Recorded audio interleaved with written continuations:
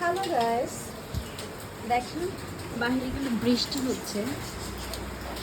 আর এই যে আমার পাখিগুলো এইখানে, তো একটা ব্যাড নিউজ, যেটা কি না আমি সেদিন ঘুম থেকে উঠে ওদের খাবার দিয়েছিলাম, খাবার দিয়ে ভুলক্রমে ওদের খাঁচার দরজাটা আমি লাগাতে ভুলে গিয়েছিলাম। ভুলে আমি আবার ঘুমিয়ে গিয়েছিলাম। তারপরে ঘুম থেকে উঠে দেখি আমার এক জোড়া পাখির একটা চলে গিয়েছে, খাঁচার দরজা খোলা পেয়ে সে উড়ে চলে গিয়েছে। খুবই ব্যাড লাক। এই যে এইটা তো ছিল তার জোড়া, তাদের দুটা ছানা ছিল। এই যে একটা ছানা, এই যে একটা ছানা, আরও তারা 5টা ডিম পেড়েছিল। তো তার সঙ্গী চলে যাওয়ার পর থেকে সে কিন্তু ওই সবগুলো ডিমই নষ্ট করে ফেলেছে। সে এখন মানে প্রচুর একাকিত্ব বোধ করছে আমার মনে হয় তাকে দেখে, কারণ জীবন থেকে তার সঙ্গী হারিয়ে গেলে কেমন লাগে সেটা হয়তো অনেকেই জানে। তো এখন সে একাকাই হাড়ির ভিতর থাকে, মাঝে মধ্যে বের হয়, বাচ্চাদের সাথে দেখা সাক্ষাৎ করে, কিন্তু বেশিরভাগ সময় কাটে তার এই হাড়ির ভিতর। সেদিন আমি যদি এই ভুল কাজটা না করতাম তাহলে হয়তো বা আজকের এই দিনটা দেখতে হতো না। আরও 5টা ডিম সুন্দর করে ফুটে আরও 5টা সুন্দর সুন্দর ছানা হতো।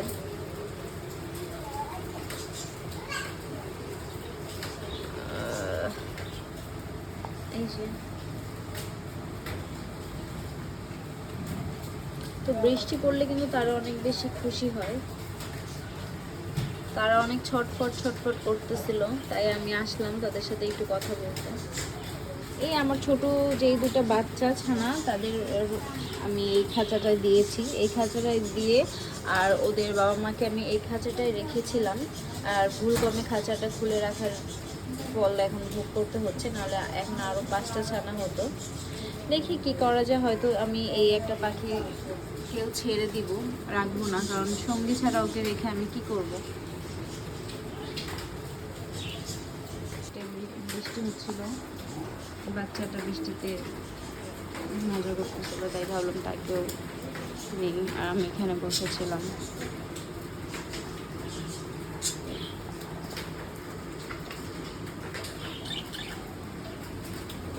আমার এই সাইডটা থেকে বৃষ্টি অতটা দেখা যায় না, ওই পাশে গেলে বৃষ্টি দেখা যায়।